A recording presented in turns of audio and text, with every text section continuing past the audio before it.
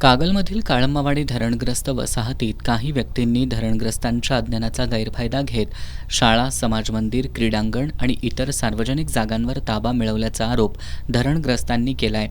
कागल तालुका शैक्षणिक आणि कला क्रीडा मंडळाच्या माध्यमातून नाममात्र भाडेतत्वावर दीर्घकालीन करार करून जमीन बळकावल्याचा आरोप करण्यात आलाय। कागदपत्रांमध्ये फेरफार करून जागेवर कब्जा मिळवण्याचा प्रयत्न सुरू असल्याचंही धरणग्रस्तांचं म्हणणं आहे। या पार्श्वभूमीवर सुमारे 100हून अधिक धरणग्रस्तांनी आज जिल्हाधिकारी अमोल येडगे यांची भेट घेऊन त्यांना सविस्तर निवेदन दिलं। यावेळी जिल्हाधिकाऱ्यांनी धरणग्रस्त प्रतिनिधी आणि संबंधित क्रीडा मंडळाचे सचिव अतुल रामचंद्र जोशी यांच्यासोबत बैठक घेतली। बैठकीत दोन्ही बाजूंची मतं ऐकून सर्व संबंधित कागदपत्र आणि लेखी म्हणणं सादर करण्याच्या सूचना जिल्हाधिकाऱ्यांनी दिल्या। त्यानंतर सुनावणी घेऊन योग्य निर्णय घेण्यात येईल असं आश्वासन दिलं। यावेळी महिलांची लक्षणीय उपस्थिती होती। आमचा जीव गेला तरी चालेल, पण आमच्या हक्काची जमीन देणार नाही अशी तीव्र भावना धरणग्रस्त महिलांनी व्यक्त केल्या। सगळं खोटं बोलतोय, सगळं लबाड बोलतोय आणि आपलं तेच खरं करतोय। आणि कधी मोठेपणाने सांगितलं की आम्ही घेतलं मागं, मी बांधकाम करीत नाही, आणि आता इथं सांगतो की मी करणार बांधकाम, धमकी देतोय प्रत्येकाला। ह्याला म्हणतो नोकरी न काढीन, त्याला म्हणतो नोकरी न काढीन। ह्यो का आपल्या पद्धतीचे पैसे देतो, शासनाच पण पैसे देतात ना। आणि शासनाच्या जेव्हा पुनर्वसनाच्या जेव्हा ह्यो एवढा वर झाला, नाही तर ह्याला बसायला खापरी नव्हती, काय बसायला घरला नव्हतं। आम्ही उठून गाडगी घेऊन आलेलं डोकं डोंबाऱ्यातून भीक मागताव, आणि ह्यो म्हणतो आयशी तर आम्हाला ह्यो सगळं लुबाडून झाला पुनर्वसनाच्या माणसांचं काय म्हणतात। आता सरकार का सगळ्याचा एकट्याचाच आहे।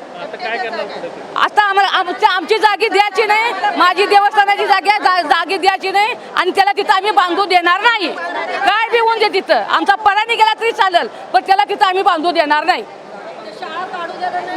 हां, त्याच्या हक्कासाठी आमची शाळा आम्हाला मंजूर होऊन आलेली, आम्ही त्याला दिली वापरायला। तिची शाळा चालू व्हायसाठी आमची घरं आम्ही भाड्यात दिली, शाळा भरायला 8वी 9वीची ती बी दिली, आणि शाळा बांधून व्हायसाठी आमच्या पोरासाठी शाळा व्हायसाठी आम्ही बांधा दिली, ह्याला वापराय दिली। हे न त्याचा सगळा गैर काम होतो, तो आपला सगळं वडीतच गेला। सगळ्याचं गोर गरिबांच्या पलाट गावून दे, कुणाचं काय गावून दे, नुसतं आपला लुटतच निघाला या। मग ह्याला आम्ही द्यायचं कशासाठी? ह्यो कुठल्या धरणात गाडगी डुचकी घेऊन आला? वनवशी कोण? आम्ही काय त्यो झाला वनवशी? दरम्यान धरणग्रस्तांना अंधारात ठेवून कागदपत्रांमध्ये फेरफार करत जमीन हडप केल्याचा आरोप धरणग्रस्तांनी केलाय।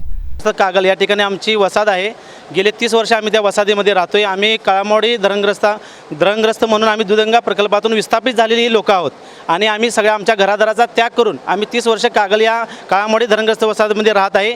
या ठिकाणी आम्ही आल्यानंतरनं कागल तालुका कला क्रीडा शैक्षणिक मंडळाचे सचिव आदरणीय अतुल जोशी साहेब यांनी या ठिकाणी सामाजिक कार्याच्या हेतूने प्रवेश केला, परंतु या व्यक्तीनं अक्षरशः म्हणजे आमच्या लोकांना अंधारात ठेवून आज आमच्या 386/1 या भूखंडामध्ये बेकायदेशीर काही भूखंड हडप केलेले आहेत, आणि ते हडप केलेले आदेश कागल तालुका कला क्रीडा शैक्षणिक मंडळाच्या नावानं केलेले आहेत। आणि यासाठी कुठल्याही गाववाल्यानं किंवा धरणग्रस्ताची त्याच्यावर सही नाही आहे। त्याने आपल्या काही बगलबच्चांना हातामध्ये घेऊन काही सरकारी अधिकाऱ्यांचा वापर करून राजकीय लोकांना दिशाभूल करून हे सगळे आदेश प्राप्त केलेले आहेत। आणि हे ज्यावेळी आमच्या धरणग्रस्त लोकांच्या लक्षात आलं त्यावेळी आम्ही उठाव चालू केला, आणि गेल्या 8 दिवसापूर्वी आम्ही कलेक्टर साहेब, मंत्री, महाराष्ट्र राज्याचे आरोग्यमंत्री हसन मुश्रीफ साहेब, समरजितदादा गाडगे साहेब यांना सुद्धा आम्ही धरणग्रस्तांच्या वतीनं निवेदन दिलेलं होतं। योग्य न्याय न मिळाल्यास दूधगंगा धरणात जलसमाधी घेण्याचा इशाराही त्यांनी दिलाय। साहेब, तुम्ही खरोखर शहानिशा करून वस्तुस्थिती पाहून या गोष्टीवर निर्णय करावा, अन्यथा जर तुम्ही हा निर्णय जर योग्य दिला नाही तर आम्ही सर्व धरणग्रस्त बांधव आम्ही सगळ्या घरादाराचा त्याग करणार, आणि त्या दूधगंगा प्रकल्पामध्ये जाऊन आम्ही जलसमाधी घेणार। आणि हे आदेश थांबवला पाहिजे, याची चौकशी लागली पाहिजे, कारण ही व्यक्ती दिशाभूल करत आहे। शाळेसाठी धरणग्रस्त वसाहतीत 10 गुंठे जागा देण्यात आली असून उच्च न्यायालयाच्या आदेशानुसार क्रीडांगणाचा वापर करण्यास परवानगी असल्याचं क्रीडा मंडळाचे सचिव अतुल जोशी यांनी सांगितलं।